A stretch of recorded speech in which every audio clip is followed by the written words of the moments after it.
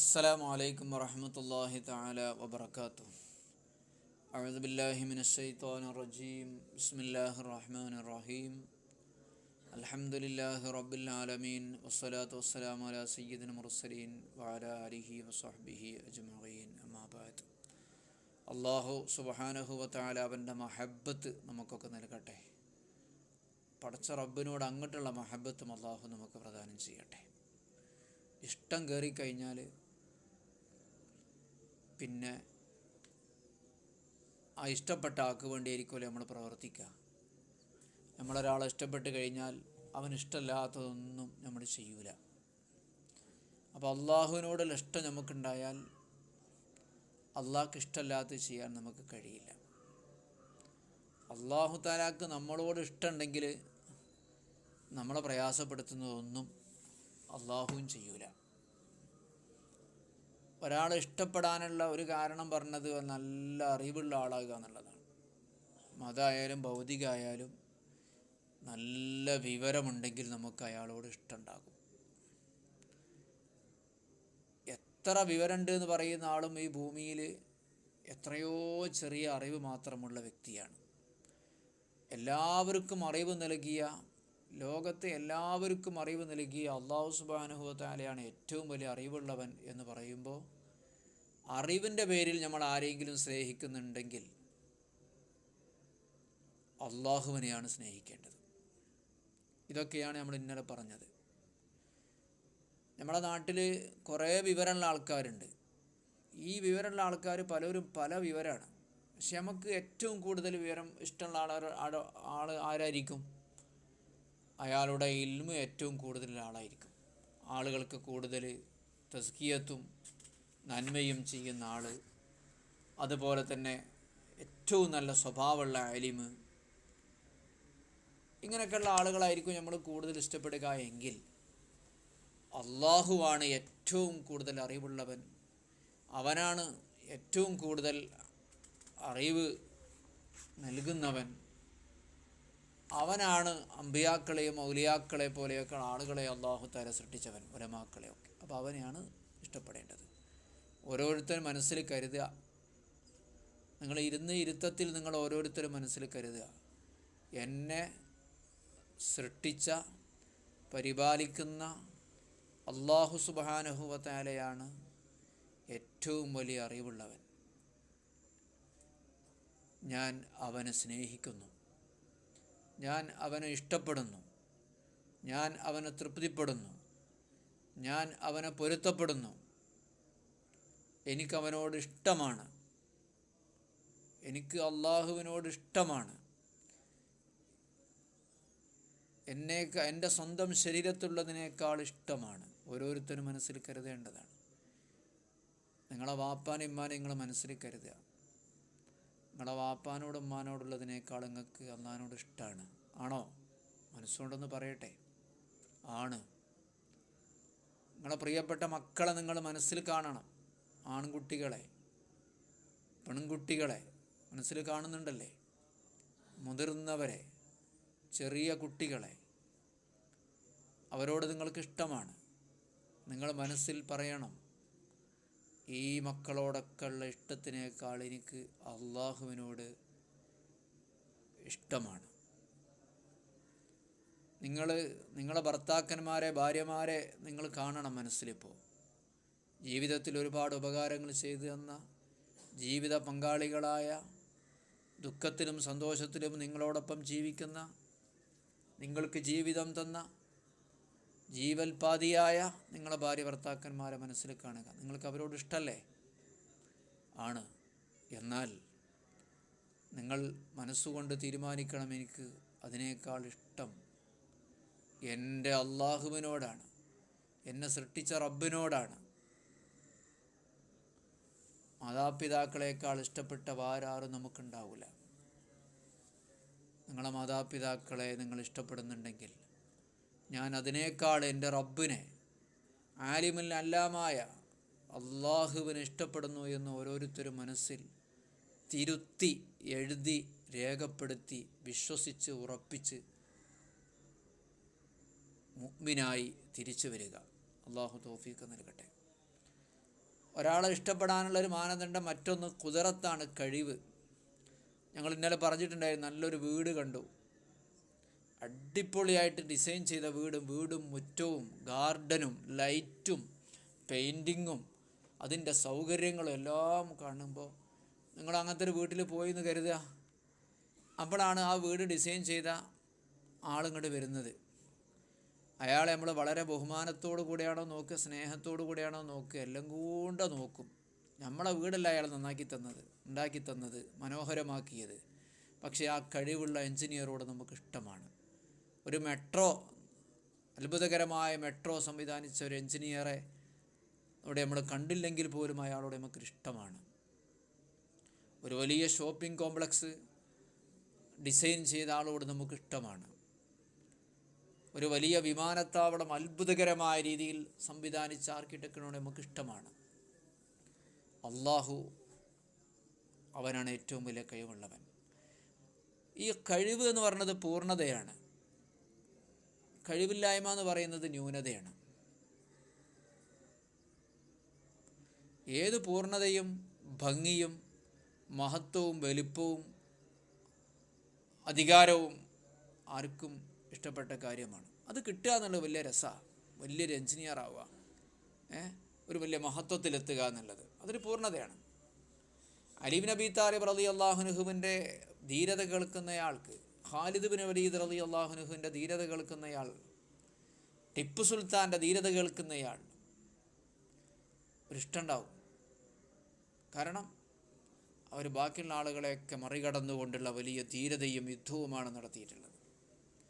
അയാളുടെ മനസ്സിൽ ഒരു സന്തോഷം ഉണ്ടാകും, അല്ലാത്ത റാഹത്തുണ്ടാകും. ധീര പോരാളികൾ എന്നൊക്കെ പറയുമ്പോൾ അല്ലേ, അവരെ കേട്ടാൽ മതി. എന്തിനാ കാണുന്നത്? മനസ്സിൽ ഒരിഷ്ടം അറിയാതെ കടന്നു വരും. കാരണം എന്താ? ധീരത എന്ന് പറയുന്നത് ഒരു പൂർണ്ണതയാണ്, ഒരു കഴിവാണ്. അപ്പോൾ ഈ മനുഷ്യന്മാരിൽ നിന്ന് എന്തൊക്കെ കഴിവുള്ള ആളുകളുണ്ടെന്ന് ആലോചിച്ച് നോക്കി. പല കഴിവുള്ള ആളുകളെ നിങ്ങളുടെ മനസ്സിലൊന്ന് കൊണ്ടുവരിക്കും. നിങ്ങൾ എന്തൊക്കെയോ കഴിവുള്ള ആളുകൾ, പാട്ടുപാടാൻ കഴിവാകട്ടെ, അല്ലെങ്കിൽ നിർമ്മിക്കാൻ കഴിവാകട്ടെ, ചികിത്സിക്കാൻ കഴിവാകട്ടെ, ഓരോ കഴിവുകളുണ്ടല്ലോ മനുഷ്യൻ്റെ. ഗുസ്തി ചെയ്യുന്ന ആൾക്കാരുടെ ഭയങ്കര ഇഷ്ടമാണ് ചില ആൾക്കാർക്ക്. കാരണം അയാൾ ഭയങ്കര ബോഡി, ഭയങ്കര പവർ, ആ പവറിനെ നമ്മൾ ഇഷ്ടപ്പെടുന്നു. എല്ലാ കഴിവുകളും ചേർത്ത് വെക്കുമ്പോൾ അള്ളാഹുവിൻ്റെ കഴിവൊന്ന് ആലോചിച്ച് നോക്കി നിങ്ങൾ. ഈ ഭൂമിയിലെ ഏറ്റവും ശക്തൻ, ഈ ഭൂമിയിലെ ഏറ്റവും വലിയ ഭരണാധികാരി, ശക്തനായ ഏറ്റവും വലിയ രാജ്യം പിടിച്ചടക്കിയ ഭരണാധികാരി, അവരിൽ ഏറ്റവും ശക്തമായ ആയുധം കൈവരിച്ചു വെക്കുന്നയാൾ. ഇനി നേരെ തിരിച്ച് മനസ്സിനെ ഏറ്റവും കൂടുതൽ മനസ്സിൻ്റെ ഇച്ഛകളെ നിയന്ത്രിക്കാൻ കഴിയുന്നയാൾ, മനസ്സിൻ്റെ ദുസ്വഭാവങ്ങളെയൊക്കെ പരമാവധി നിയന്ത്രിച്ച് നിർത്താൻ കഴിവുള്ള, അപാരമായ കഴിവുള്ള വ്യക്തിത്വമുള്ള വ്യക്തി. അയാളെ നിയന്ത്രിക്കാൻ അറിയാം. പക്ഷേ അയാളുടെ അവസ്ഥ ആലോചിച്ച് നോക്കി നിങ്ങൾ.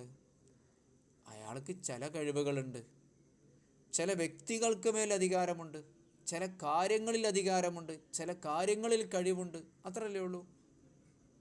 എത്ര കഴിവുള്ള ഒരാൾ നിങ്ങൾ എടുത്താലും, പ്രധാനമന്ത്രിയായാലും രാഷ്ട്രീയ നേതാവായാലും ശാസ്ത്രജ്ഞനായാലും എൻജിനീയറായാലും എന്ത് വല്ല കഴിവ് നിങ്ങളെടുത്താലും, ആരോഗ്യം കൊണ്ടാണെങ്കിലും, അയാൾക്ക് സ്വന്തം ശരീരത്തെ മരിപ്പിക്കാതിരിക്കാൻ കഴിയുമോ?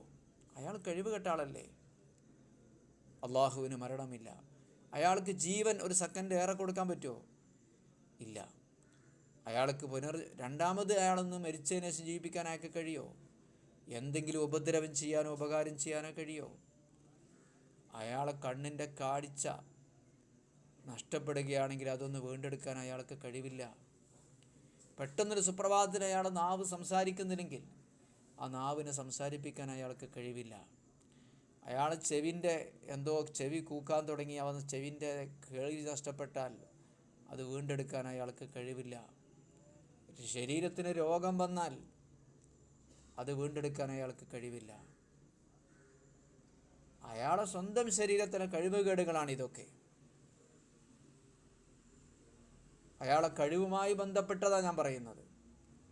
ഇനിയിപ്പോൾ അയാളെ കഴിവുമായിട്ട് ബന്ധപ്പെടാത്ത, അയാളെ കഴിവ് ബന്ധപ്പെടുന്ന സാധനം ഇപ്പോൾ അയാളെ കണ്ണും അയാളെ കാതും അയാളെ ഇതൊക്കെയാണല്ലോ ഇപ്പോൾ അയാളെ കഴിവ് എന്നൊക്കെ പറയുന്നത്. അയാളെ കേൾവി, അയാളുടെ ബുദ്ധി, അയാളുടെ ജീവിതം, അയാളുടെ ആരോഗ്യം, ഇതൊക്കെയാണ് അപ്പോൾ ഒരാളുടെ സ്വന്തം കഴിവ് എന്നൊക്കെ പറയാവുന്ന സാധനം. അയാളെ കണ്ണ്, അയാളെ കഴിവുകളൊക്കെ ഉപയോഗപ്പെടുത്തുന്നത് ഈ അവയവങ്ങളെ കൊണ്ടാണ്. പക്ഷേ ഒരു നിലക്കും അയാളുടെ കഴിവ് ബന്ധപ്പെടാത്ത എത്ര സാധനമുണ്ട്. കഴിവിൻ്റെ പേരിൽ നമ്മളൊരാളെ സ്നേഹിക്കുകയാണെങ്കിൽ മരിക്കാത്ത, ആർക്കും ഉപകാരം ചെയ്യാനും ഉപദ്രവം ചെയ്യാനും കഴിയുന്ന,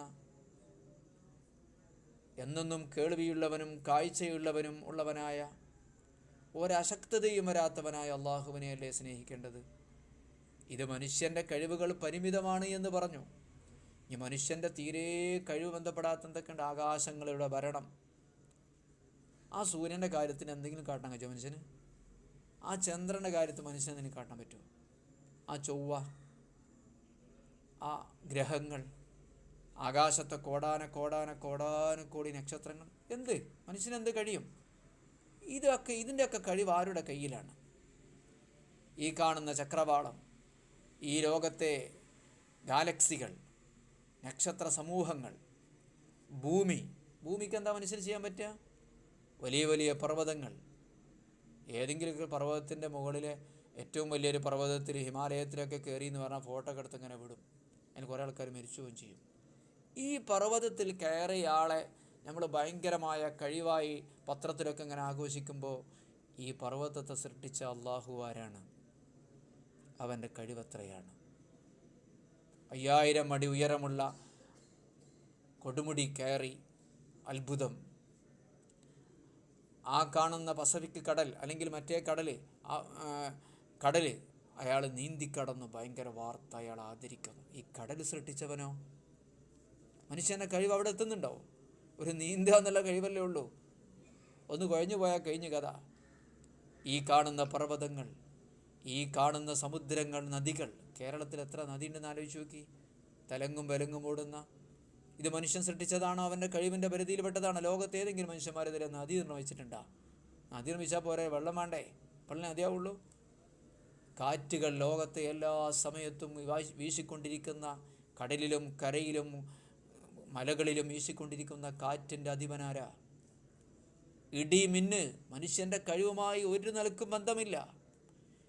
ഈ ഭൂമിയിൽ കാണുന്ന സ്വർണം, വെള്ളി, ഇരുമ്പ്, മറ്റ് അയിരുകൾ, ലോഹങ്ങൾ, എന്തൊക്കെയാണ് ഭൂമിയിൽ നിന്ന് കുഴിച്ചെടുക്കുന്നത്? ഗ്രീൻലാൻഡ് എന്ന് പറയുന്ന ഭൂമി കൈയടക്കാൻ വേണ്ടി അമേരിക്കക്കാരൻ ശ്രമിക്കുകയാണ്. കാരണം അവിടെ ഒരുപാട് അസാമാന്യമായ അല്ലെങ്കിൽ അസാധാരണമായ ധാതുക്കളുണ്ട് അത്രേ ഭൂമിൻ്റെ അടിയിൽ. അത് കിട്ടിയാൽ പിന്നെ ലോകത്തിൻ്റെ അധികാരം കൈയാളാൻ പറ്റും, ചൈനക്കാരനെ തോൽപ്പിക്കാൻ പറ്റും എന്നൊക്കെയാണ് പറയുന്നത്. ഇതൊക്കെ സൃഷ്ടിച്ചവനാരാ?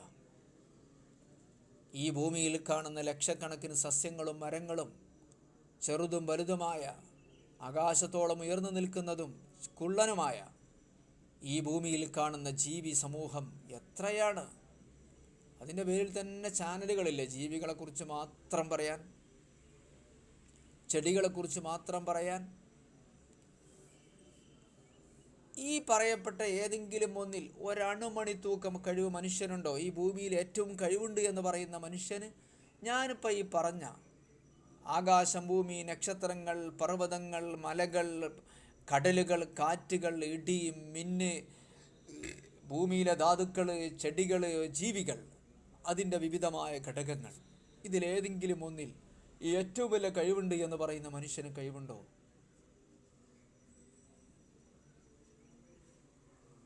എങ്കിൽ പിന്നെ മനുഷ്യൻ ശ്രദ്ധിക്കുക, ഈ കഴിവുണ്ട് എന്ന് പറയുന്ന മനുഷ്യന് തന്നെ സ്വന്തമായ കഴിവില്ല. അള്ളാഹുവാണ് ഖാലിഖുഹു, അതിനെ സൃഷ്ടിച്ചവൻ. അവൻ്റെ കഴിവിനെ സൃഷ്ടിക്കുന്നതും അള്ളാഹുവാണ്. അത് മാത്രം ഇനി പഠിച്ചോൻ സൃഷ്ടിക്കാക്കാൻ പറ്റുമോ? നമ്മളിപ്പോൾ മനുഷ്യന്മാർക്ക് വലിയ കഴിവാണ്, അയാൾക്ക് വലിയ സ്കില്ലാണ്, ഭയങ്കരമാണ് എന്നൊക്കെ പറയുന്നു. എടോ, അതിലും വലിയ സ്കില്ലായി ആകാശം, ഭൂമി, നക്ഷത്രവും, ഈ മലകളും മാമലകളും, ചെടികളും, മൃഗങ്ങളും, കാറ്റും മണ്ണും, പ്രകാശവും വെളിച്ചവും വായുവൊക്കെ, അതിലൊന്നും മനുഷ്യൻ്റെ കഴിവിന് യാതൊന്നുമില്ല. അതിന്ന് ഒരു തുള്ളിയൊക്കെ അങ്ങോട്ടും ഇങ്ങോട്ടൊക്കെ കൈകാര്യം ചെയ്തിട്ട് അതിലെന്തൊക്കെയൊക്കെ വിക്രികൾ കാണിക്കുമ്പോഴേക്ക് മനുഷ്യന് വലിയ കഴിവാണ് എന്നൊക്കെ പറഞ്ഞ് അയാളെ ആദരിക്കുന്നു, അയാളെ ബഹുമാനിക്കുന്നു, അയാൾക്ക് അവാർഡ് കൊടുക്കുന്നു, അയാളെ വലിയ സ്റ്റേജിൽ കയറ്റുന്നു, അയാൾക്ക് വലിയ ശമ്പളം കൊടുക്കുന്നു, അയാളെ വലിയ ആളായിട്ട് അവതരിപ്പിക്കുന്നു, അയാൾക്ക് വലിയ പത്മഭൂഷണോ അല്ലെങ്കിൽ രാഷ്ട്രത്തിൻ്റെ ഏറ്റവും വലിയ പദവിയൊക്കെ കൊടുക്കുന്നു. എടോ, ഈ കഴിവിൻ്റെ സൃഷ്ടാവായ അല്ലാഹു തആല അവനെ സ്നേഹിക്കാൻ, അവനെ ബഹുമാനിക്കാൻ, അവനെ ആദരിക്കാൻ, അവനെ പരിശുദ്ധനാക്കാൻ, അവനെ പ്രശംസിക്കാൻ നമ്മളെപ്പോഴോ കടപ്പെട്ടവനാണ്. ഏറ്റവും വലിയ കഴിവ് എന്ന് പറയുന്ന മനുഷ്യന്മാരുടെ കഴിവിനെ സൃഷ്ടിച്ചവൻ. ആ കഴിവ് അയാൾക്ക് നേടാൻ കാരണമായിട്ടുള്ള മാർഗങ്ങളുണ്ടല്ലോ. ഓരോരുത്തരും ഓരോ കഴിവുകൾ നേടുന്നതിനൊരു മാർഗമുണ്ടല്ലോ. ഒരാൾക്കൊരു അവാർഡ് കിട്ടണമെങ്കിൽ അയാൾ ആ അവാർഡ് കിട്ടുന്നതിന് അർഹമായി സഞ്ചരിച്ച ഒരുപാട് വഴികളുണ്ട്. ഈ ഭൂമിയായിരിക്കാം, ഈ ഭൂമിയിലെ സംവിധാനങ്ങളായിരിക്കാം. അതിനെയും സൃഷ്ടിച്ചത് അല്ലാഹുവല്ലേ. അതിനുവേണ്ടി അയാൾക്കുള്ള സൗകര്യങ്ങൾ ചെയ്തു കൊടുത്തവൻ അല്ലാഹുവല്ലേ. എത്ര കഴിവും ബുദ്ധിയും പ്രാപ്തിയൊക്കെയുള്ള മനുഷ്യന്മാരുണ്ട്. പക്ഷെ അയാൾക്ക് അനുകൂലമായ സാഹചര്യങ്ങളില്ലാത്തത് കൊണ്ട് അയാൾ കേവലം ഒരു കൂലിപ്പണിക്കാരനായി, ഏറ്റവും ചെറിയ ഒരാളായി ജീവിക്കുന്നില്ലേ? നമ്മൾ വിചാരിക്കുന്നുണ്ടോ ഈ പഴയ സാധനങ്ങളൊക്കെ എടുത്ത് നടക്കുന്ന ആൾക്കാർ സമൂഹത്തിലൊരു താഴെ തട്ടുള്ള ആളുകളായിരിക്കും. കാരണം കാര്യമായിട്ട് അവർക്കൊന്നും ചെയ്യാൻ കഴിയില്ല. നമ്മുടെ നാട്ടിലൊക്കെ പണിക്ക് വരുന്ന ഹിന്ദിക്കാരോ മറ്റൊക്കെ ഉണ്ടാവില്ല, അവരെ കൂട്ടത്തിലുമുണ്ട് ഇന്ത്യയിലെ ഏറ്റവും വലിയ ശാസ്ത്രജ്ഞനാകാനും, ഇന്ത്യയിലെ ഏറ്റവും വലിയ പ്രൊഫസറാകാനും, ഇന്ത്യയിലെ വലിയ ഡോക്ടറാകാനും മതിയായ ബുദ്ധിയൊക്കെ ഉള്ള ആൾക്കാരുണ്ട് കൂട്ടരെ. പക്ഷേ അവർക്കതിനുള്ള സൗകര്യം അല്ലാഹു തആല ചെയ്തു കൊടുത്തില്ല. അതുകൊണ്ട് അവരതായില്ല. സ്കൂളില്ലാഞ്ഞാൽ പിന്നെ എങ്ങനെ പഠിക്കുക? ആപ്പാരന്മാരും പറഞ്ഞേക്കാഞ്ഞാൽ പിന്നെ എങ്ങനെ പഠിക്കുക? പുസ്തകം വാങ്ങി കൊടുക്കാതിരുന്നാൽ എങ്ങനെയാണ് പഠിക്കുക? പഠിപ്പിക്കണമെന്ന് ഉപ്പാക്കുമാക്കും തോന്നാഞ്ഞാൽ പിന്നെ എങ്ങനെയാണ് പഠിക്കുക? ഉപ്പാക്കുമാക്കും തോന്നി ആ പഠിക്കുന്ന ആൾക്ക് എനിക്ക് പഠിക്കണമെന്ന് തോന്നാതിരുന്നാൽ പിന്നെ എങ്ങനെയാണ് പഠിക്കുക? പിന്നെ എങ്ങനെയാണ് നേടുക? പിന്നെ എങ്ങനെയാണ് ഉയരുക? എല്ലാം അല്ലാഹു തആല സംവിധാനിച്ച സമ്മതം. ബഹുമാനപ്പെട്ട ഇമാം ഗസാലി റഹിമഹുല്ലാഹ് പറയുന്നു, വലൗ സല്ലത ബഊദൻ അലാ അളമി മലികിൻ വഅഖബ ശഖ്സിൻ മിനൽ ഹവാനാത്തി ലഹലകഹു. ഈ ഭൂമിയിലെ ഏറ്റവും വലിയ രാജാവിനെടുത്തോ, ഇപ്പം വലിയ രാജാവായിട്ട് നടക്കുന്ന ആളിപ്പോൾ ട്രംപാണല്ലോ. ആ ട്രംപ്, അതല്ലെങ്കിൽ ഈ ഭൂമിയിൽ ഏറ്റവും നല്ല ഒരു പട്ടാള ക്യാപ്റ്റൻ അല്ലെങ്കിൽ ഒരു ഗുസ്തിമാൻ, അയാളുടെ മേൽ അല്ലാഹു തആല ഒരു കൊതുകിനെ പറഞ്ഞയച്ചാൽ അയാളെ കഥ കഴിഞ്ഞു. അയാളെ തലച്ചോട്ടിലേക്ക് കയറിയാൽ അയാളെ കഥ കഴിഞ്ഞു.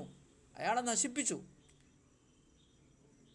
നമ്രൂദിനെ കാണിച്ചതാണല്ലേ ഭൂമി മുഴുവനും ഭരിച്ച ഇബ്രാഹിം നബി അലൈഹി ഇസ്ലാമിനെ അനുയായികളെയും ഒക്കെ ചുട്ടുകൊല്ലാൻ വേണ്ടി ശ്രമിച്ച ഞാൻ ഏറ്റവും വലിയ ദൈവം എന്ന് പറഞ്ഞ നമ്രൂദിനെ ചത്തതെങ്ങനെയാ?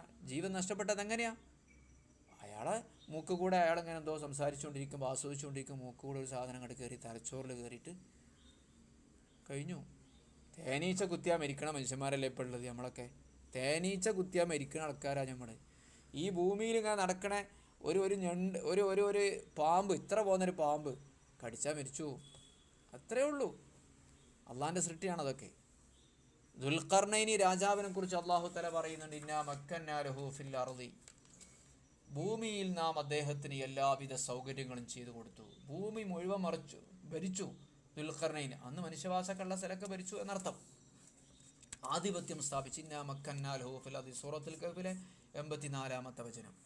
പ്രിയപ്പെട്ടവരെ, ഈ ഭൂമിയും അധികാരം മുഴുവൻ അല്ലാഹു തആല അയാൾക്ക് സൗകര്യച്ചു കൊടുത്തു എന്ന് അല്ലാഹ് പറയണത്. ഇന്നാ മക്കന്നാ ലഹു ഫിൽ അർളി, നാം അയാൾക്ക് ഭൂമിയിൽ അധികാരം നൽകിയെന്ന്. ഈ കാണുന്ന അധികാരികൾക്കൊക്കെ അധികാരം നൽകിയത് അല്ലാഹുവാണ്. അവിടെ എത്ര ഉണ്ട് ഇപ്പോൾ? അത് ഭൂമിൻ്റെ ചെറിയൊരു ഭാഗം. ഈ ലോകത്തേക്ക് മൊത്തം ചേർത്ത് നോക്കുമ്പോൾ, ഈ ലോകത്തെ മൊത്തം തടികളിലേക്ക് ചേർത്ത് നോക്കുമ്പോൾ ഭൂമിയിൽ ഏറ്റവും വലിയ അധികാരി എന്ന് പറയുന്ന ആൾ ചെറിയൊരു മണ്ണുംകട്ട കിട്ടിയ അത്രയേ ഉള്ളൂ. ഒരു മണ്ണുംകട്ട. ഭൂമി എന്ന് പറയുന്ന വലിയ തടിയിലേക്ക്, പിണ്ടത്തിലേക്ക് നോക്കുമ്പോൾ ചെറിയൊരു ഉറുപ്പ്യൻ്റെ മുട്ടായിൻ്റെ വലിപ്പമുള്ള ഒരു സാധനം അപ്പം അയാൾക്ക് ഭൂമി ആകെ കിട്ടിയിട്ടുള്ളത്. ബാക്കിയൊക്കെ പടച്ചവൻ്റെ അടുത്ത് തന്നെ. ഈ കാണുന്ന ഈ ഭൂമിയിലെ 200-200-200-ലധികം വരുന്ന രാഷ്ട്രങ്ങളുണ്ടല്ലോ. ഈ രാഷ്ട്രങ്ങൾ ഈ മനുഷ്യന്മാർ കൈകാര്യം ചെയ്യുന്നത് ഈ ലോകത്തേക്ക് ചേർത്ത് നോക്കുമ്പോൾ അത് ഒരു ചെറിയ പൊടിക്കഷ്ണം മാത്രമാണ്. അപ്പം ഈ കഷ്ണം അള്ളാഹുവിൻ്റെ ഔദാര്യമായിട്ട് അയാൾക്ക് കിട്ടിയെന്നേ പറയാനുള്ളൂ. അല്ലാതെ അയാൾ ആ വലിയ രാഷ്ട്രത്തിൻ്റെ ആളാണ്, ഇന്ത്യ എന്ന് പറഞ്ഞാൽ വലിയ രാഷ്ട്രമാണ്, എന്ത് വലിയ രാഷ്ട്രം, ഇന്ത്യ വലിയ രാഷ്ട്രം. ഇന്ത്യ, അമേരിക്കയും പാകിസ്ഥാനും എല്ലാം കൂടെ, യൂറോപ്പും ആഫ്രിക്ക എല്ലാം കൂടെ കൂടിയാൽ തന്നെ ഈ ലോകമെന്ന് പറയുന്ന ആകാശവും ഭൂമിയും അർശും കുർശും അടക്കമുള്ള അള്ളാഹുവിൻ്റെ മഹത്തായ ഭയങ്കരമായ അധികാരത്തിലേക്ക് ചേർത്ത് നോക്കുമ്പോൾ അത് ഒരു ചെറിയൊരു സോപ്പും കഷ്ണത്തിൻ്റെ വലിപ്പേ ഉള്ളൂ. അത്രയില്ല. ഒരു ചക്കക്കുരുവിൻ്റെ വലിപ്പേ ഉള്ളൂ. ഇല്ല, അത്രയില്ല. ഒരു ചെറിയ പയറുമണിയുടെ വലിപ്പേ ഉള്ളൂ. കൂട്ടരെ, നമ്മളീ കാണുന്ന സൂര്യൻ തന്നെ നമ്മളെ ഭൂമിയേക്കാളുണ്ട്. അത്രേ. എത്ര ഇരട്ടിയാണ് ഭൂമിയേക്കാൾ സൂര്യൻ്റെ വലിപ്പം?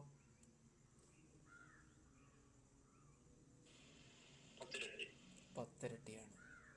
ഭൂമിൻ്റെക്കാൾ 10 ഇരട്ടിയാണ്. അല്ലെങ്കിൽ എത്രയാവട്ടെ, എന്തായാലും ഒരുപാട് ഇരട്ടി വലിപ്പമുണ്ട്.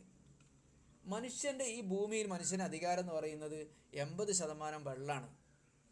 അവിടെ ഒന്നും കാര്യമായിട്ടൊന്നും ചെയ്യാനില്ല. അള്ളാഹു താലാൻ്റെ അടിമകൾക്ക് റിസ്ക് കൊടുക്കാനും അവൻ്റെ ചരക്കുണ്ടാകാനുള്ളതാണ്. പിന്നെ ഇപ്പം ഉള്ളതെന്താ? ഈ ഭൂമിയിലെ 20% താഴെയുള്ള സ്ഥലം. അതിൽ നിന്ന് തന്നെ കുറേ വാസയോഗ്യമല്ലാത്ത മരുഭൂമികളും കുറേ ഐസും നിറഞ്ഞിട്ടുള്ള സ്ഥലങ്ങൾ. പിന്നെ കുറച്ചേ ഉള്ളൂ ഭൂമിയിൽ മനുഷ്യൻ്റെ അധികാരം. അതന്നെ 10-200 കഷ്ണാക്കിയിട്ട് അതിലാണ് ഇപ്പോൾ മനുഷ്യൻ അധികാരം നടത്തുന്നത്. അള്ളാഹുവിൻ്റെ അധികാരത്തിൻ്റെ വലുപ്പം ഒന്ന് ആലോചിച്ച് നോക്കിയേ. അള്ളാഹു എന്താ ഈ ഭരിക്കുന്നത്? ഇതൊക്കെ ഇനി മനുഷ്യൻ എടുത്തോട്ടെ, ബാക്കിയൊക്കെ എന്നാ പഠിച്ചോനല്ലേ. ഒരു ശക്തനായ ഭരണാധികാരി എന്ന രീതിയിൽ നമ്മൾ അള്ളാഹുവിനെയല്ലേ സ്നേഹിക്കേണ്ടത്? അപ്പോൾ ഒരു മനുഷ്യൻ്റെ അവൻ്റെ കഴിവിൻ്റെ പേരിൽ, അധികാരത്തിൻ്റെ പേരിൽ, അയാളുടെ സ്വാധീനത്തിൻ്റെ പേരിൽ സ്നേഹിക്കുന്നുണ്ടെങ്കിൽ, അയാളെ കഴിവിൻ്റെ പേരിൽ സ്നേഹിക്കുന്നുണ്ടെങ്കിൽ അത് അള്ളാഹു മാത്രമാണ് ആ സ്നേഹത്തിന് അർഹൻ. ലാ ഹൗല വലാ ഖുവത ഇല്ലാ ബില്ലാഹിൽ അലിയിൽ അദീം. ഉന്നതനും മഹാനുമായ അള്ളാഹുവിനെ കൊണ്ടല്ലാതെ യാതൊരു കഴിവും ശക്തിയുമില്ല. വഹുവൽ ജബ്ബാർ, അവൻ ലോകത്തെ അടക്കി ഭരിക്കുന്നവനാണ്. അൽ ഖാഹിർ, അവൻ എല്ലാത്തിൻ്റെ മേലും ആധിപത്യമുള്ളവനാണ്. വൽ അലീം, എല്ലാം അറിയുന്നവനാണ്. അൽ ഖാദിർ, എല്ലാത്തിനും കഴിവുന്നവനാണ്. വസ്സമാവാതു മത്വിയാതും ബിയമീനി, പരിശുദ്ധ ഖുർആൻ പറഞ്ഞ മാതിരി ആകാശമൊക്കെ പടച്ച റബ്ബിൻ്റെ കയ്യിൽ ചുരുട്ടപ്പെട്ടതാണ്. വൽ അർള്, ഭൂമിയും, വമുൽക്കുഹാ, അതിൻ്റെ അധികാരവും, വമാ അലൈഹാ ഫീ ഖബ്ദത്തി, അതൊക്കെ പടച്ചോൻ്റെ ഒരൊറ്റപ്പിടുത്തത്തിലേ ഉള്ളൂ. ഒരൊറ്റപ്പിടുത്തം, അത്രേ ഉള്ളൂ. വനാസിയത്ത് ജമീൽ മഖ്ലൂഖാത്ത് ഫീ ഖബ്ദത്തി ഖുദ്റത്തി, എല്ലാവരെയും മൂർദാവ് പടച്ച റബ്ബിൻ്റെ കയ്യിലാണ്. ഇങ്ങോട്ട് കുലുക്കിയാൽ അവിടെ കുലുങ്ങുന്ന തല മാത്രമേ ലോകത്തിനുള്ളൂ.